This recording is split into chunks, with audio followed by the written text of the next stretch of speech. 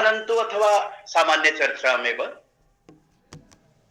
उपपूर्वक वस धातोः अर्थः उपवसति उपवसतः उपवस तथैव किंतु उपवास शब्दस्यापि सकाशम अथवा निकटे निवासः उपवासः अपि तु अभुक्त्यर्थे यथा उपानवध्याङ्गवसः इति तत्र सकर्मकत्वमपि भवति। आधारस्य कर्म वने उपवसति सम्यक् केन उक्तं तत्र साक्षात् उदाहरणं स्पष्टं कस्य सम्यक् साधु वने उपवसति अर्थात् वनमाश्रित्य वनमध्ये स्थित्वा तत्र उपवासादिक तपश्चर्यादि विशिष्टमिति तत्र ध्वनि नो चेत् कर्मकत्वं कस्मात् जब उपपूर्वक वस धातु का मतलब उसमें कोई ना कोई आधार होना जरूरी है।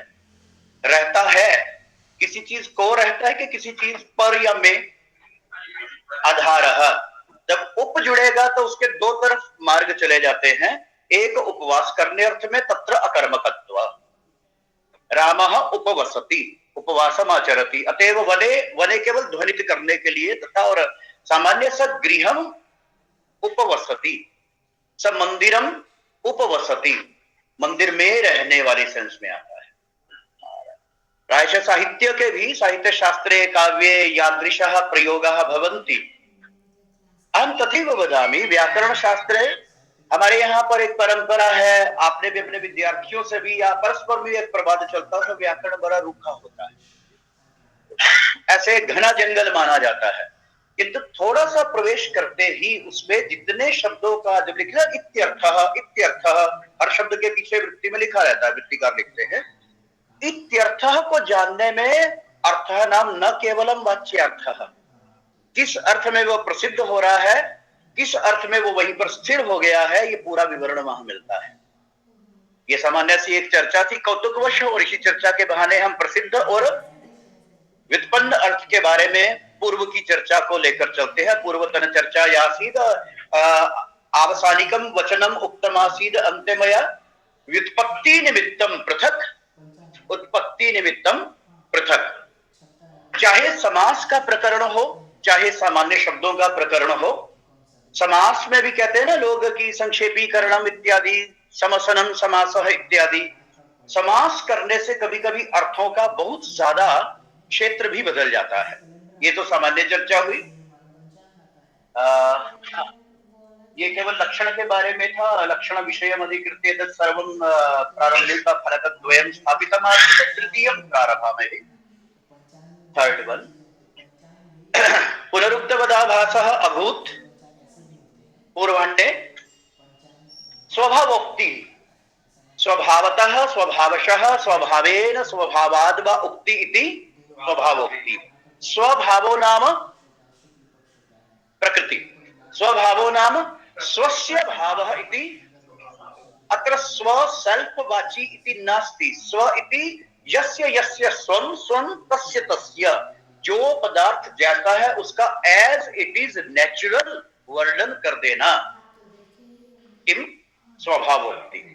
किंतु एक शर्त सभी अलंकारों में जो लगी रहती है प्रातः काले भी तादृशी चर्चा परिचर्चा कृतासीत् तद किम आवश्यकम कीदृशं सौंदर्यं साहित्यिक सौंदर्यं साहित्यिकं सौंदर्यं कवेः कर्म काव्यमिति काव्यात्मकं सौंदर्यं काव्यं नाम किं कवि कल्पनानां विलासः कवि कल्पनानां विलासः इति किं वक्तुं शक्यते सरस्वत्याः अपूर्व कृपा दृष्टिपातः यत्र भवति तत्रैव सौंदर्यं तादृशं सौंदर्यम् अत्र अपेक्षितमस्ति। स्वभावोक्ति में ये जो एक्टिव पैनल ऐसा बना है बहुत सुंदर है ब्लैक बॉर्डर है बीच में स्लाइड है पीछे लेमनेड शेड लाइट दीवार का कलर है ऊपर लाइट झलक रही है ये भी तो मैं यथावत वर्णन कर रहा हूं किंतु अत्र अलंकारता यदि अलंकारता एवं भवति तदानीं न्यूज़पेपर रीडर्स इति सर्वेपि अलंकारिका भवेयुः। न्यूज़पेपर जो न्यूज चैनल आप सुनते हैं वो भी तो क्या कहना चाहिए कि स्वभावोक्ति दे रहे हैं। स्वभावोक्ति का वर्णन प्रारंभ करते हैं प्रारंभ्यते वित्राणां ग्रंथानाम् अहं स्वयमेव लक्षणं कृतवान् अन्तः तत्त्वं तदेव वर्तते एकमेव वर्तते केवलं शब्दानां परिवर्तनम् एकः आचार्य सामान्य शब्देषु स्वभावोक्तिस्तु डिम्बादेः स्वक्रियारूप वर्णनम। डिम्ब इति बालकस्य कृते शब्दः प्रयुज्यते। बालकादि आदि शब्देन अन्येपि गृहीतुं शक्यन्ते। स्वक्रिया रूप वर्णनम। स्वक्रिया, क्रिया नाम तस्य कृत्यानि, करणम, वो जो जो कार्य करता है, और स्वरूप तथा क्रिया रूप वर्णनम। रूप वर्णनम इति आकार प्रकार इत्यादि तथा अवस्था वर्णनम इत्यादि सर्वम। यदि बिंबादे स्वक्रिया, बच्चे जैसा, बड़ा सुंदर सा उदाहरण मेरे मन में तुरंत मिलता है, वो छवि है ना, ठुमक चलत रामचंद्र बाजत पैजनिया। इस एक पंक्ति को जरा महसूस करके देखिए। सुना है सबने, झूम के गाया भी होगा, किंतु आंखें बंद करें, पूरा भजन तो बाद में देखिए, किंतु इसमें क्या किसी प्रकार के उपमा उत्प्रेक्षता का कोई भी अतिरिक्त इसमें एडिशनल कोई नहीं है। इस पंक्ति को मैं उत्तम अनुभूयता महसूस करके आंखों में एक क्षण में देखिए, ठुमक चलत। अब ये ठुमक चलत में चलत को रहने दीजिए, ठुमक शब्द का अर्थ दिमाग में बना। घर में हमने अपने समय में जब हम छोटे थे तब, अब बड़े हो गए तब भी हम अपने घर में छोटे बच्चों को, चाहे वो पुत्र आदि श्रेणी में हो, पौत्र आदि श्रेणी में आते हो, नए चलते हुए बच्चे की चाल देखी होगी। जब नया नया ऐसे चलना शुरू करता है, नया चलना शुरू करता होगा, कितना संभल संभल के कदम रखता है। उस संभल के कदम रखने में हल्के से 2 और 4 डिग्री पे बेंड हुए उसके घुटने आपने देखे होंगे। उसके घुटनों के बाद उसके पैर की उंगलियों को ऐसे करके हल्का हल्का थिरकन के साथ होती है। ये सारे अभी तो शुरुआत हुई है, ये ठुमक का अर्थ होता है। आगतम सर्वम। जब उसके अंदर चलते हैं तो उसके चेहरे के भाव देखिए, वो अंदर से उस अज्ञान की अवस्था में भी, अज्ञान अवस्थायामपि स कल्पयति, उसको ये मालूम नहीं है कि क्या हो रहा है मेरे साथ, किंतु उसको ये है कि कहीं मैं इधर ना गिर जाऊं या इधर ना गिर जाऊं। वो इधर उधर गिरने के चक्कर में जो ये वाली चाल होती है, देखने वालों को मोहित करती है कि नहीं। उसको करने के बाद पैंजनिया तो अभी बाद में बजेंगी। चलने के बाद आपने बीच में देखा होगा, जो इस वाक्य में नहीं कहा गया, छोटे छोटे बच्चे हल्के हल्के फ्लफी से होते हैं, चबी चिक्स वगैरह, या सामान्य भी हो, चाहे पतले हैं मोटे हैं, उसको कैसे भी करके जब वो चलते चलते ना, अगर 4000 कदम में थिरकने के बाद हल्का फुल्का नीचे भी गिर जाते हैं तो हल्की सी आवाज सुनाई देती है ना, फड़क, उसके बाद फिर से वो उठते हैं। इन चीजों को पूरी पंक्ति के बजाय आप, अगर मैंने कहा है शब्द से अर्थ और भाव तक मत जाइए, उससे आगे की एक श्रेणी होती है, महसूस करके देखें। तो वो जो अनिर्वचनीय अनवरत हम कह नहीं सकते। मैंने बेशक अपनी ओर से प्रयास किया, आपको मैं केवल उस रास्ते पे आपको ले जाना चाहता हूं। परमात्मा ने जिसको जितनी प्रतिभा, जैसी भी परमात्मा की ओर से किसी प्रकार के देने में कमी नहीं है, हमारे केवल चैनल्स नहीं खुलते हैं। तो ठीक उसी प्रकार ये सामान्य बाजत पैंजनिया, उसके बदले में जो झुनझुन वगैरह या कुछ हल्की सी आवाज आती है, वो खुद भी अद्वितीय आनंद लेता है और सुनने वालों को दृश्य तो बड़ा मोहक बन जाता है। सामान्य तद उदाहरणम। तो बालक आदि का मतलब बालक मात्र तक सीमित नहीं समझना, न केवल बाल मात्र डिम्बादेति उपलक्षणम। किसका? बालक कहने से कौन कौन से गुणधर्म आपके मस्तिष्क में आ रहे हैं? मासूमियत आई, उस मासूमियत के, वैसे भोलापन ही मासूमियत है, किंतु उसके साथ और प्लस कर देते हैं मासूमियत, भोलापन और बिल्कुल नादानी, और उसके बाद बिल्कुल स्वच्छ बाल बुद्धि। जब योगियों को या साधना का पक्ष होता है, हमारे उपनिषदों में, उपनिषत्सु वेदादि वाङ्मये शास्त्रेषु कथितं वर्तते कि हमें विद्वान और बहुत बड़ेपन का होने में आसान लगता है, किंतु मुश्किल होता है अपने को बाल के समान, बालक के समान स्वच्छ बुद्धि जैसा बना लेना, वेरी इनोसेंट बना लेना, ये मुश्किल होता है हम बड़े लोगों के लिए। हम लोग बड़े होने का केवल खुशफहमी का शिकार होते, और जिस दिन सारे वायरस को बाहर निकालकर क्लीन होना पड़ता है ना, ये सबसे सरल मार्ग है, किंतु सरल मार्ग तक जाने में ही तन्मार्ग गमन पर्यंतमेव अस्माकं दौर्विध्यम अस्ति, अस्माकं दुरूहता वर्तते। इसीलिए स्वभावोक्ति को वैसे तो शॉर्टकट में समझाना हो तो बीज रूप में सबसे पहला वाक्य मेरा होता है, स्वभावोक्ति वित्तीत स्वरः, किसी की आवाज सबसे पहला वाक्य होता है एज इट इज, थोड़ा खूबसूरती से एस्थेटिकली उसका वर्णन कर देना स्वभावोक्ति होता है। किंतु एतावत् लक्षण मात्रमेव कृतं चेत तथा संतुष्टिर्नास्ति। क्योंकि जब तक हम उसको महसूस करते हैं शब्द से अर्थ, अर्थ से तात्पर्य, तात्पर्य से अभिप्राय, अभिप्राय से भाव, भाव से आशय और फिर आपूत, यहां तक स्टॉप नहीं करते हैं। मैं प्राय एक टर्म यूज करता हूं कि अगर आपने शब्द से अर्थ की धड़कन पकड़ना शुरू कर दिया, वो स्वयं साक्षात आपके सामने आएगा।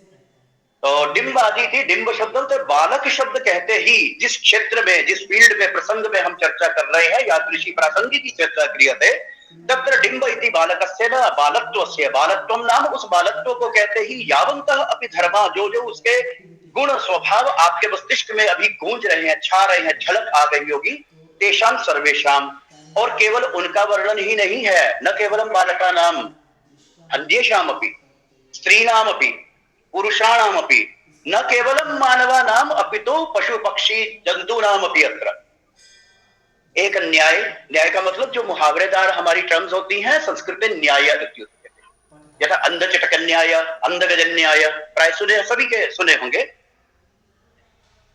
काकेभ्यो दधि रक्षताम, काक दधि रक्षा न्याय के बारे में सुने हैं सभी।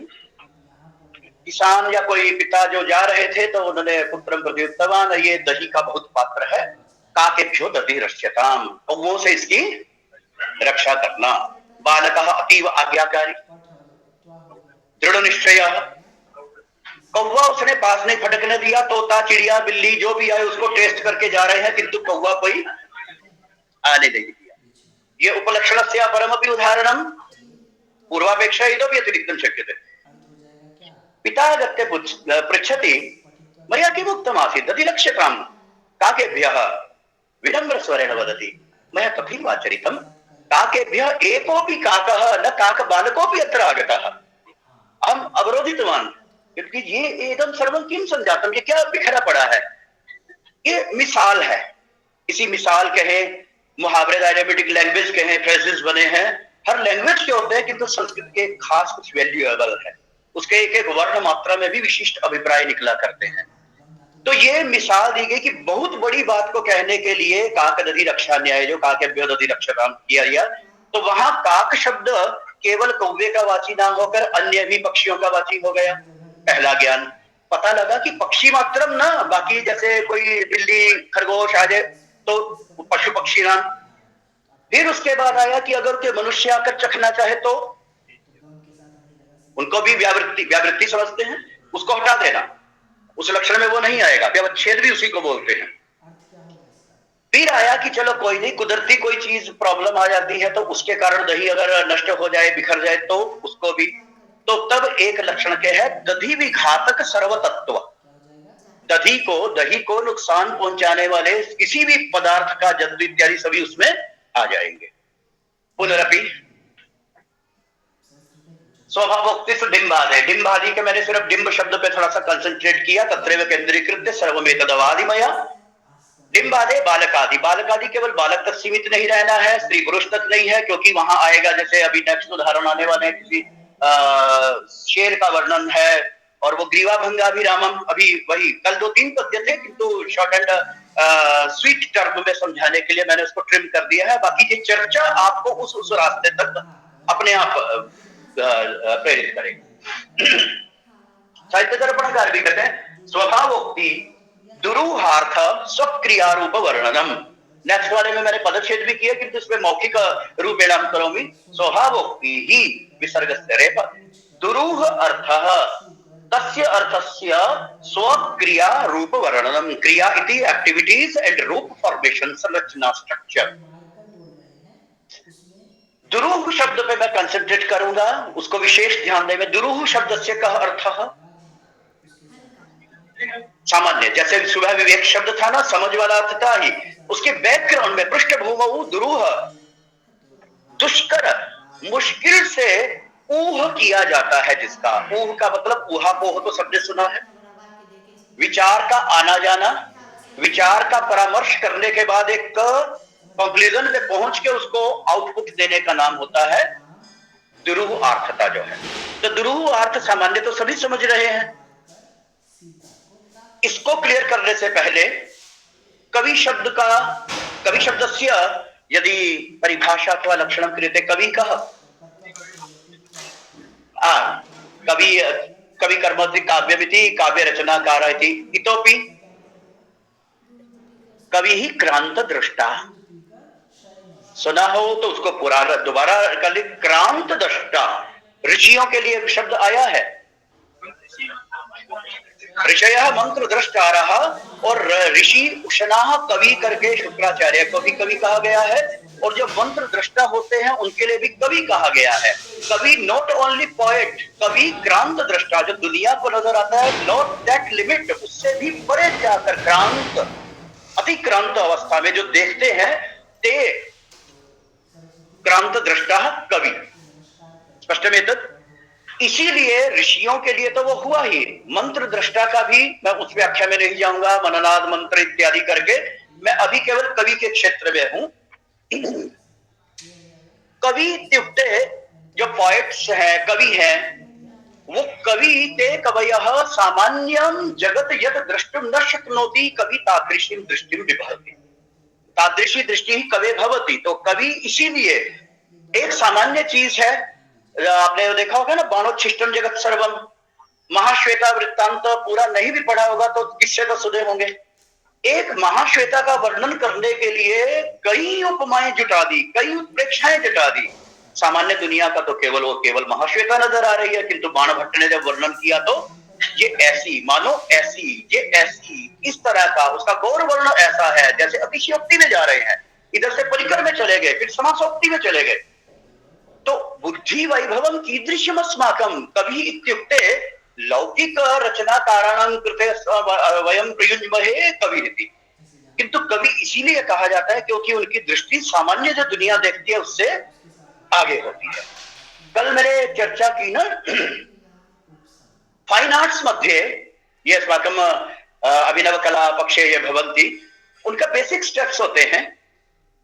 सबसे पहले एक रेखांकन को ही उनका बेस माना जाता है। उसका एग्जैक्ट मीनिंग आप कम से कम समय में तुरंत उसको कैच करेंगे। इमोजीज और स्माइलीज वगैरह इमोटिकॉन्स आप यूज करते हैं ना फोन में, बेहद करते हैं बड़े आराम से सभी प्रकार का। उसमें आप देखेंगे एक गोल चक्र में केवल एक ऐसा दिया हुआ है तो दैट इज स्माइल, अगर ऐसा दिया है तो मतलब वो उदास है। एक आंख थोड़ी ऐसे और आंख भी नहीं है, केवल ऐसा और ऐसा दिया होगा। ये सारा चमत्कार और कमाल किसका है?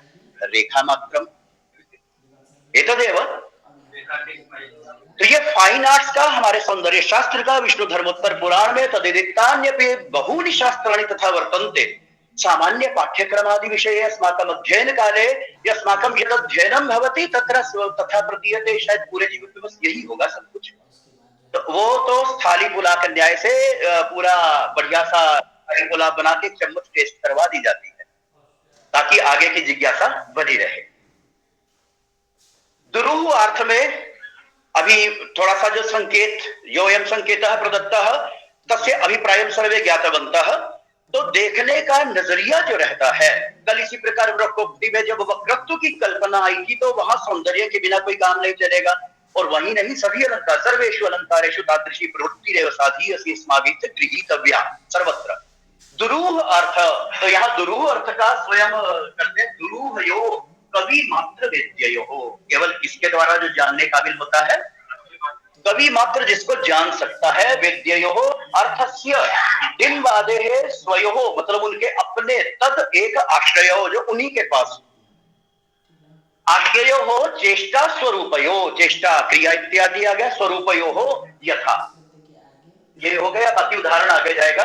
उभयोरपि अत्र किंचित इतोपि प्रकारांतरेण स्पष्टीकृतम्।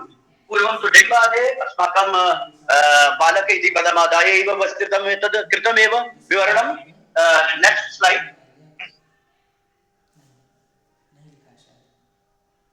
दण्डेनुसारं काव्यदीपिकायां स्वभावोक्ति रसौ चारु यथावद् वस्तु वर्णनम्। स्वभावोक्ति असौ चारु सुंदरम यथावद् एज इट इज, यथास्ति तथैव, यथा तथा रूपेण वर्णनम नाम वस्तु वर्णनम। वस्तु इति केवल चीज मात्र इति वस्तु न वक्तव्यम। वास्तव शब्द, वस्तुतः शब्द, वास्तव शब्द, वास्तविक शब्द, actual and fact and as it is natural, स्वभावोक्ति, दोनों शब्दों का आपस में लिंक जुड़ चुका है। वस्तु स्थिति जो जैसा है वैसा ही, तत् किं भवितुं शक्नोति? स्वभावः, स्वभावः इति। तो वस्तु वर्णनम इति स्वभावोक्ति रसौ चारु यथावत् यथावत् यथा वर्तते तथैव तद् वर्णनम कृतम्, किन्तु सर्वस्यापि पृष्ठभूमौ किं? सौन्दर्यम्। केवलं सौन्दर्यं न, साहित्यिकं काव्यात्मकं कविकल्पना विलासजन्यं यत् सौन्दर्यं तत् सर्वं तत्र स्यादेव। शाकुन्तलस्य पद्यमिदं श्रद्धरायां वर्तते। श्रद्धरा छन्दः यदि तत्रापि निर्धारितम् अस्ति तथापि अवधानं मृग्नैर्यानां त्रयेण त्रिमुनियतयुता श्रद्धरा कीर्तितेयं सप्त सप्त सप्त यति इति। नर नर नर नर नर नर नर ग्रीवाभङ्गाभिरामं मुहुरनुपतति स्यन्दने दत्तदृष्टि पश्चार्धेन प्रविष्टः शरपतन भयात् भूयसा पूर्वकायम् शष्पैरर्धावलीधैः श्रमविवृतमुखभ्रंशिभिः कीर्णवर्त्मा पश्योदग्रप्लुतत्वाद्वियति बहुतरं स्तोकमुर्व्यां प्रयाति। बहुत सारे स्वरों का भी नियोग न करके सामान्य उच्चारण और हल्का सा स्वर की दृष्टि से मया तथा उच्चारण में राजा बाण लेकर पीछे है, प्रसंग स्पष्ट है। हिरण भाग रहा है, भागते हुए उसकी पहले मनस्थिति को जान लीजिए कि जब हिरण आगे जो मृग दौड़ रहा है, भय तो पक्का है। भय की शक्तिशाली प्राणी हो वो अलग प्रकार की मुद्राएं होती हैं, और हिरण वैसे ही एक बड़ी नजाकत वाला नाजुक और कोमल प्राणी। उसके पीछे राजा बाण लेकर रथ जा रहा है। दौड़ में धावन कलायां धावन शक्तौ मृगस्यापि साम्यं नास्ति। वो ऐसे जब देख रहा है तो उसको अपने उस पर तो यकीन है मैं भाग रहा हूं, किंतु वापस की बाण आया कि नहीं, राजा कहां है कि नहीं, जब उसने ऐसे करके गर्दन मोड़ी। क्लियर? हम जब पढ़ते थे यदा अस्माकम् अध्ययन कालः तदानीं चिंतिते स्म, यहाँ हिरण की जान पे पड़ी है और यहाँ अलंकार ढूंढ रहे हैं हम। किंतु काव्य की इसीलिए अलौकिकता कही जाती है। सामान्य जीवन के सुख दुख हमें सुख सुख लगते हैं, दुख दुख लगते हैं, किंतु जब काव्य रसों की बात, काव्य रसानाम चर्चा प्रवर्तते तत्र तो करुणा शोक आदि आपने देखा होगा। जब भावुकता का सीन आता है बिफोर और ऑन द एडोलेसेंट स्टेज या डेल्टा एज में भी इतनी जब भावुकता चुकी होती है ना, घर में हम बच्चों को भी देखते हैं ना, मतलब 12-15 साल के, इतना उनका संवेदना, कोई भावुक सा सीन आता है तो आंखों में हमने डब्बे बातें आंसू देखे हैं, स्वयं के तो होते ही है। ये ऐसी कुछ बातें होती हैं स्पष्टम वक्तुम न शक्यन्ते किंतु सर्वेषां भवन्ति। और कई सीन आपको ऐसे लगेंगे रामायण का या किसी मूवीज का या किसी सीरियल का, ऐसा सीन आ जाता है कि जब आप उसको देख रहे हैं ना तो आपको मालूम है कि ये कुछ अंदर से भर रहा है और छलकेगा। उसके बाद आपके आसपास बैठे हैं, एक मनोवृत्ति आपकी बनती है कि आसपास वाला देखे ना, हल्की सी, और देखने के बाद मालूम भी होता है कि दूसरा से कनखियों से देख रहा है नवदति किंचिदपि, क्योंकि ये इतना नाजुक सा क्षण होता है। इस भावनाओं के उस दौर तक आप महसूस करके देखें, और जब आपको लगेगा ना कि अब रोकने नहीं रुकेंगे, यहाँ तो कुछ ना कुछ, तब आप थोड़ा सा ऐसा कर लेके बैठ जाएंगे और नहीं तो ऐसा ऐसा करेंगे। सामान्य में ये सामान्य जो चिंतन सभी पे एक स्वाभाविक सी चीज है, किंतु इसको थोड़ा सा जो कोशिश की है ना वर्णन करने की, ये मेरे वाक्य भी किसका उदाहरण है? स्वभावोक्ति रेव। तो ये आ गया कि अब इसका अर्थ तो भी करना है। जब भाग रहा है तो भंग, भंग शब्द का एक अर्थ होता है तोड़ना, जैसे सभंग अभंग श्लेष। एक भंग का मतलब होता है छोटा सा खूबसूरत तराशा गया टुकड़ा, एक टुकड़ा करना, किंतु व्यवस्था पूर्वक टुकड़ा करना जो होता है भंग। एक खूबसूरती का नाम भी होता है भंग, उसी भंग से ही बनता है भंगिमा। भंगी वो ज्यादा वो भी उस सौंदर्य के लिए कहा है, जैसे लघु से लघिमा, गुरु गरिमा, गुणाणु अणिमा, महान महिमा, तथैव भंग से बन गया है भंगिमा। भंगिमा बड़े सौंदर्य अर्थ में होता है। और भाव भंगिमा शब्द तो खूब सुना होगा, सर्वैश्रुतमेव। ठीक उसी प्रकार जब बातचीत करते हैं ना, अभी सुबह मैंने कहा था रोबोटिक या विदाउट टोन्स के हम बात करते तो बिल्कुल रूखा हो जाएगा, ऐसा लगेगा कि केवल पता नहीं कुछ स्पीकर या रोबोट या कुछ कंप्यूटर लैंग्वेज चल रही है। उस भाव भंगिमा में जैसे मैं अपने भावों को स्वयं तथा अनुभवितुम शक्नुवन्ति सर्वे, जब आप अंदर दिल से बोलते हैं किसी बात को, सामान्य सिद्धांत जो बड़ों से सीखा वही मैं शेयर करता हूं कि जब हम अंदर से उठी हुई बात को सामने वाले से शेयर करते हैं ना, तो 100% 100% मैं जहां से उसको व्यक्त कर रहा हूं आपके वहीं तक पहुंचे। ये आप स्वयं महसूस करके देख लीजिए। हम जब बोलते हैं ना, तो ये बोलते वक्त ये मेरे बस में नहीं है, ये बोलते वक्त मैं थोड़ा इधर हो गया हूं और मैंने ऐसे करते हुए थोड़ा सी भावभंगिमा, और देखा जाए तो ये उसमें आप जिसको अंदर से बोलते हैं, नाटकीयता में भी अगर बोलेंगे ना, तो वो लोगों को लगेगा कि कुछ ओवर हो रहा है। किंतु जिस समय आप अपने अंदर से अंतस्ताद किंचित गहन तत्वम गूढ़त्वम स्वाभाविकम च वदंती अतीव प्रभावशाली होता है। दुरूह शब्द का अर्थ क्लियर हो चुका है। तो यहां सबसे पहले प्रयाति, किसी भी श्लोक का या किसी भी गद्य का वर्णन करने के लिए मैं एक न्याय जो है स्वकल्पित न्याय करता हूं, मुख ग्रहण न्याय और पुच्छ ग्रहण न्याय। स्मर्यते पूर्व काल खलु कथम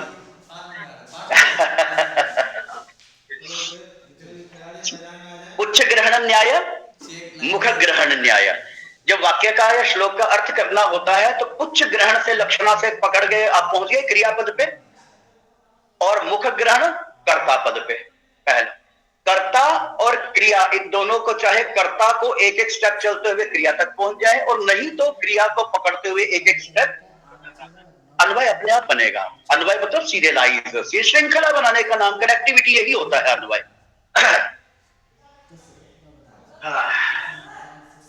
हरिणः प्रथमांत पद, मृगः प्रयाति।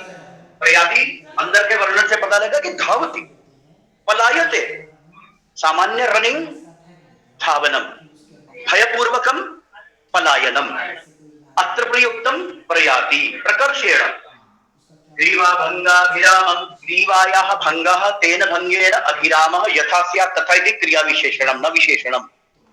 क्रिया विशेषणम विषये श्रुतं तु स्यात्, जानन्ति चेत् इतोपि वरम, नो चेत् विशेष्यस्य विशेषतां यदि वदति तदानीं विशेषणं, किंतु क्रिया प्रकार प्रोसेस प्रोसीजर प्रकारतां वदति चेत् क्रिया विशेषणम्।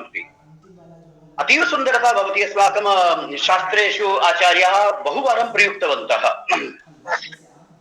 ग्रीवा भंगा, ग्रीवा का भंग होने से, यहाँ भंग यदि टूटना नहीं है, थोड़ा मोड़ना, और मोड़ने का मतलब अंदर उस कल्पना को करे कि भागते हुए उसको भागने में भी पड़ी है कि मैं जल्दी भागूं, शीघ्र में उत्तरोत्तरम, और बीच में उसको चिंता लगी है कि अभी आया बाण, इधर से आया, राजा पीछे है कि इधर गया। वो मोड़ने में जो उसकी खूबसूरती दिखाई देती है, ग्रीवा भंगाभिरामं, ग्रीवा के भंग थोड़े मोड़ने से जो बड़ा सुंदर प्रतीत हो रहा है। तथा धावती, कौन? मुहुर अनुपतति, मुहु मैंने पुनः पुनः, विसर्ग अनुपतति, अनुपतति भी कस्मिन लकारे,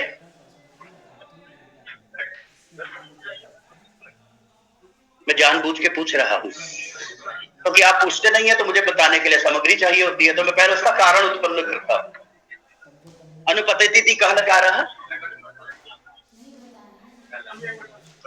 अनुपूर्वक पत धातु क्षत्रि प्रत्यय पतत पतन्तौ पतन्तः, पतन्तं पतन्तौ पततः पतता पतद्भ्यां पतद्भि, सप्तमी एकवचने पतति, यथा महत् महति जगत् जगति तथैव पतत पतति, सप्तमी एकवचनमिदम्।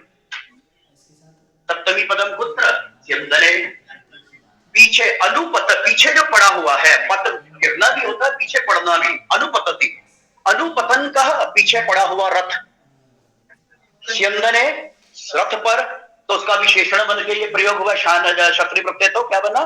अनुपतति स्यन्दने, पीछे आ रहे, पीछे लगे हुए, जो पीछे पड़ गया है ऐसे रथ पर, अनुपतति सम्यक् निभालयतु, क्योंकि सामान्य संभावना मनमोहनस्य भूत संभावना अत्र, पीछे आ रहे भागते हुए रथ पर दत्त दृष्टि, दत्ता दृष्टि, ये न स, दृष्टि वहां लगाए हुए हैं कि पीछे आ रहा है रथ, दत्त दृष्टि ही थी प्रथमांतक पदम, कहा दत्त दृष्टि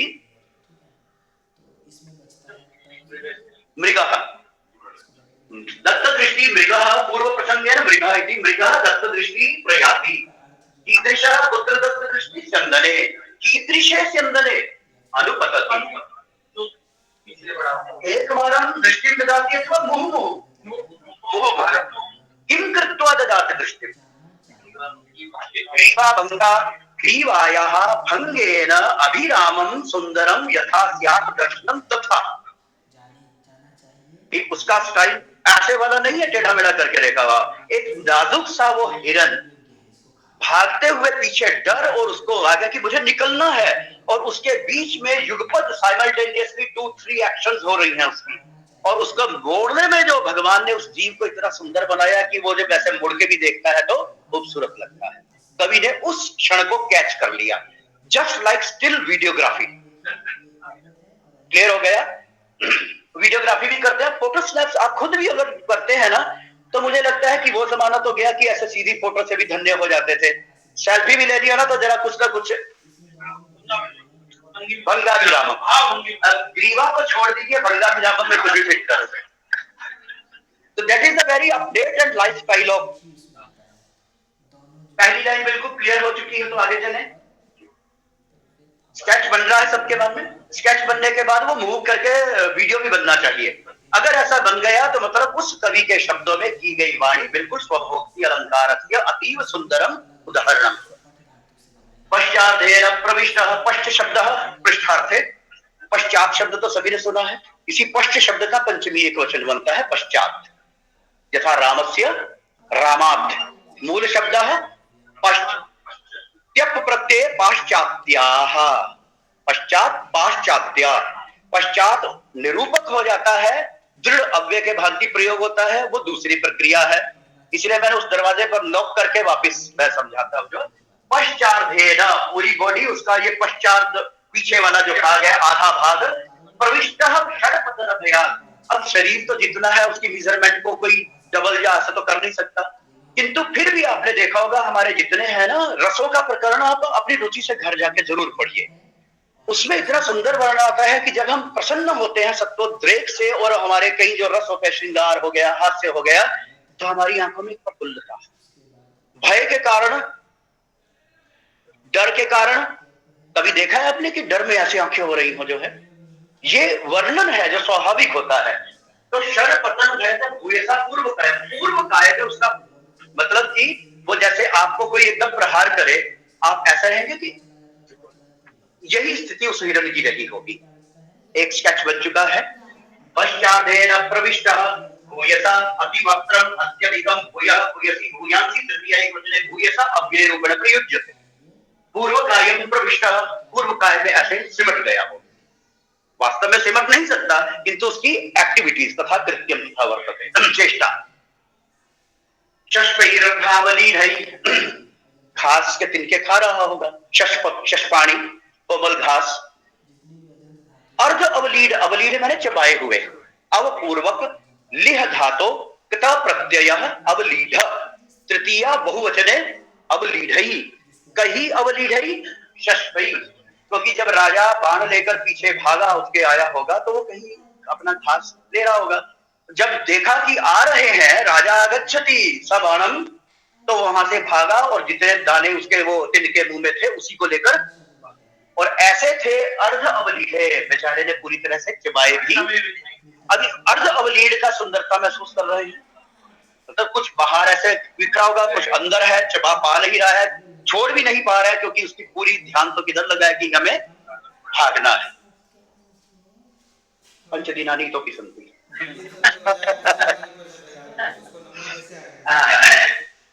और कीर्ण मैंने बिखरा हुआ है जिसका, वर्तम मैंने रास्ता, वर्तम वर्तमनी वर्तमानी, वर्तम मार्ग पंथा। कीर्ण क्री धातु, क्री इति न वदामि, री दीर्घ री कारण, किरति किरतः किरंति, तस्मात् धातु कृत प्रत्यय कृत कीर्ण, स्कैटर्ड, बिखर गए हैं। उससे ऐसे तिनके, क्योंकि आधे चबाए हुए कुछ बाहर हैं, तो कण कण कण कण करके गिरता गया है। कीर्ण वर्तमा, क्यों? श्रम विवृत मुख भ्रंशी, भ्रंश गिरने वाले, भ्रंशति भ्रंश धातो इति ताच्छिल्य लिनि प्रत्यय भ्रंशी भ्रंशिनो भ्रंशिनः, भ्रंशिवी तृतीयान्तम अवलीढैहि शशभैः, आधे चबाए गए जो मुख से गिर रहे हैं, भ्रंश हो रहा है जिनका, यस्मात् कारणात् कुतः भ्रंशनम, भ्रंशनम मुखात् भ्रंशनम, मुखम कीदृशम, विवृत, विवृत मैंने खुल गया है। विवृत होने का मतलब थोड़ा पूरा नहीं भी खुला होगा तो हाँपने के कारण उसके खुला मुख है। और विवृत उसके खुलने का भी कारण क्या है? श्रम इति, बेचारा थका हुआ है और बहुत मेहनत पे लगा क्योंकि अभी तो जान पे बनी है। कालिदास के उन शब्दों की ओर ध्यान दें कि उसको बनाते वक्त वैदर्भी सिद्ध कवि के इन एक एक शब्दों में पूरा स्केच अंदर मिलेगा और जिसको टोटल आप में अन्वय बनाकर कनेक्ट किया जाता है, या सर्वं सर्वमन्वितम भवति तदानीं साक्षात दृश्यांकनम अस्ति।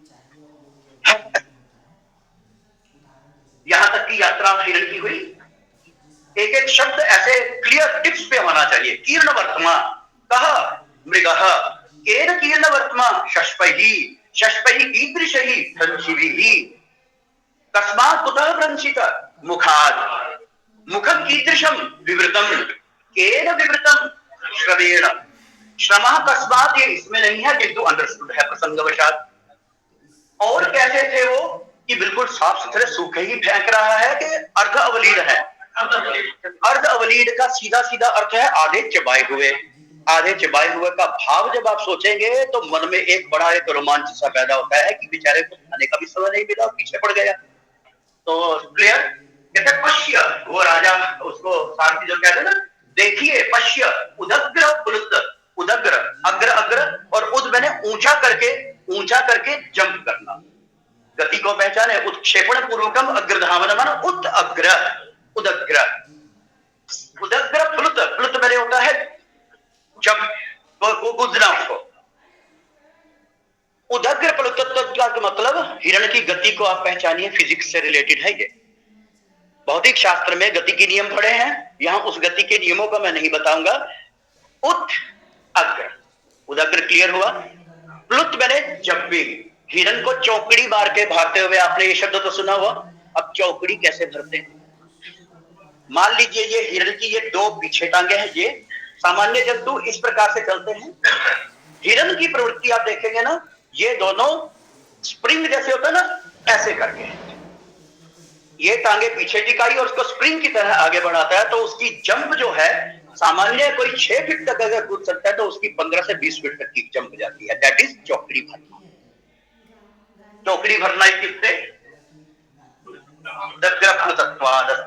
वियति, वियत शब्द सप्तमी एक वचने आकाश, तथा न जमीन से ऊपर सब आकाश है। वियति बहुतरम ज्यादा, मतलब जमीन पे उसके कदम कम पड़ रहे हैं, तरफ आपने लगा दिया ज्यादा से ज्यादा, वो स्तोकम अल्प मात्र में जमीन पर है। और उर्व्याम, उर्व्याम मैंने जमीन, पूर्वी सप्तमी एक वचने उर्व्याम प्रयाति, वियति बहुतरम पदच्छेदः केवलम सुविहार्थम सौविहार्थम मयात्म ग्रीवाभंगाभिराममिति। अस्य अर्थमात्रम् अथवा आस्वादः सम्यगागतः स्वभावोक्तिर्वर्तते न वा। कवि द्वारा किम उपमा उत्प्रेक्षा अतिरिक्त कल्पना कापि यथा वर्तते तथैव, किंतु वर्णन शैली वर्णन कल्पनायाम अतीव सौंदर्यम् अस्ति। तदेव अग्रे नेक्स्ट। इदानीं पंचनिमेषाः शेषः, एकं द्वयं वा कृत्वा इदानीं नेक्स्ट स्लाइड एतद् भवतु। उपमा साधर्म्यम उपमा भेदे, भेदः स्यात् परंतु तथापि सधर्मता, समान धर्मता इति साधर्म्यम, समान धर्म इति सधर्मः, सधर्मस्य भावः साधर्म्यम, साधर्म्यम उपमा भेदे, उपमा अलंकारः भवति कदा भेदे सति, अत्र भेदे आधार सप्तमी न वर्तते, अत्र विषय सप्तमी अथवा सवित सप्तमी। अगर ऐसा होता है तो भेदे सति, भेद होने पर साधर्म्यम, साधर्म्य तो है किंतु दोनों में भेद भी है। अगर भेद नहीं होगा तो दोनों एक चीज हो जाएंगे। रूपक प्रसंगे तद वर्णनम करिष्यते। उपमान उपमेयोरेव, उपमान और उपमेय न तो कार्य कारण विषयो, कार्य और कारण का मत समझ लीजिए। यह चर्चा मैं प्रातः कृता, नहीं तो वणिलापनेषु अपि व्यापारीषु अपि तराजू लेकर बैठने वाला है, प्रातः से शाम तक उपमा अलंकार ही करेंगे। नहीं तो अतएव सामान्य कार्य कारण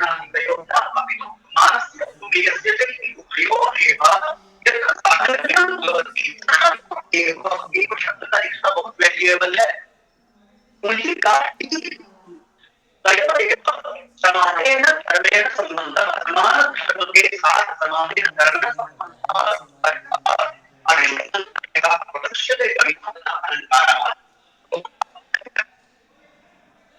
वेद शब्द का कारणाचार्य ने स्वयं बताया, वेद ग्रहणम किमर्थम अनन्वय व्यवच्छेदाय। अभी आप आगे अलंकार पढ़ेंगे, अनन्वय अलंकार होता है आपके उसमें निर्धारित है कि नहीं, अनन्वय होता है जब एक दूसरे का कहते ना कि इसका तो कोई मिसाल नहीं, इसका कोई सागी नहीं है ना, वो व्याकरण वाला या श्लोक वाला में नहीं है, वो साहित्यिक बदल है। अभी सामान्य व्यावर्तनम नाम व्यावृत्ति, जितना चाहिए उस लिमिट से बाहर वाले का व्यवच्छेद कि वेद ग्रहण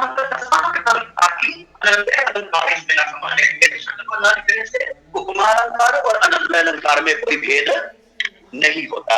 तावत मात्रम अन्यदपि कार्यदर्शे प्रस्फुटम सुंदरम साम्यम एतत्तु इतोपि स्पष्टम, प्रस्फुटम अत्यंतम स्पष्टम सुंदरम सौंदर्यं तु सर्वत्र अहं पुनः नापि वदामि चेत् सर्वथा गृहीतव्यम् अलंकार पक्षे साहित्ये तु सौंदर्यं प्रथम कल्पः। साम्यम उपमा इति अभिधीयते, केवल विच्छेदं दर्शयामि अर्थः तु स्पष्टः। साम्यम साम्यम कीदृशं सुंदरम, अन्यत् कीदृशं प्रस्फुटं, प्रस्फुटं सुंदरं यत् साम्यं तत् साम्यम एव उपमा इति अभिधीयते। स्पष्टं। प्रस्फुटम इति रूपकादेः गम्य साम्याद भेदाय, जैसे यहाँ बताया ना कि अनन्वय अलंकार कैच न कर लिया जाए इसलिए भेद शब्द को रखें, इसी को काव्यादर्श कादंडी बताते हैं। भेद गम्य साम्य, गम्य मैंने व्यंग्य के द्वारा भी समानता होती है। ध्वनि शब्द सुना होगा, अलंकार ध्वनि, ये उसकी ओर संकेत है। तत्रापि विशिष्ट विवरणम बृहद विवरणम हम नाम करोगी, रूपक आदि नहीं तो इसमें काउंट कर दिए जाए। सुंदरम नाम वैचित्र्य जनकम, सुंदर की भाषा में दो तीन प्रतिभागियों ने वैचित्रता वाली परिभाषा दी थी, वे वही प्रसंग है। विचित्रता को, और विचित्रता का मतलब टेढ़े मन वाली विचित्रता नहीं, अच्छी लगने वाली विचित्रता, वैचित्र्य। भेद शब्द को भी आप है ना, तो भेद का मतलब हमारे यहाँ विशेषणम इति भेद का, विशेषण का सीधा सीधा मतलब क्या? और नहीं तो हम चलती भाषा वाला कोई भी काम करो जरा हट के होना चाहिए। अब हट के इति भेद एव विशेषः इति। गौरी में गवय, गाय की तरह ही नील गाय या जंगली गाय को गवय बोलते हैं, तो वो देखने में वैसी ही लगती है। तो गौरी में गवय इव शब्द तो यहाँ भी है, अत्रापि प्रयुक्तः इव शब्द, परंतु अत्र उपमा अलंकारः न इत्यत्र न अयम् अलंकारः। साम्यं सादृश्यं, और दो भेदों में बता दिए, क्रियागतम गुणगतम उभयगतम, एक क्रियागत द्वितीय गुणगतम उभयम यत्र वर्तते तत्र उभय त्रिविधम। क्षणात् प्रबोधम आयाति लंघ्यते तमसा पुनः निर्वास्यतः प्रदीपस्य शिखा इव शिखेव जरतो मति। इतः नेक्स्ट स्लाइड, यतो तत्र पदच्छेदः प्रदर्शितः वर्तते। जरकः वृद्धस्य, जरक शब्दस्य षष्ठी एकवचने जरकः, वृद्धजनस्य मतिः बुद्धि। क्षणात्, एकदम तो उसको कुछ याद आ जाता है, एकदम बेख्याली में कुछ भूल जाता है या मंद पड़ जाती है याद करने में। तो वृद्ध जनस्य बुद्धि विषये शाकुंतलम् वृद्ध जनस्य मति कीदृशी, क्षणात् प्रबोधम, क्षणमात्रेण तु आ गया याद। आयाति लंघ्यते तमसा पुनः, तमसा अंधकारेण अथवा तमोगुणेन, विस्मृति रूपेण। तमोगुण दर्शन की दृष्टि से देखे तमः गुण, सामान्य अर्थे तमः अंधकारः। तो दोबारा उसको अनवधान से लंघित कर ली जाती है, उसको एक दिन याद आई तुरंत विस्मरति। कथमिव सा स्थितिः प्रदीपस्य शिखा, दीपकस्य यथा शिखा भवति कीदृशस्य निर्वास्यतः।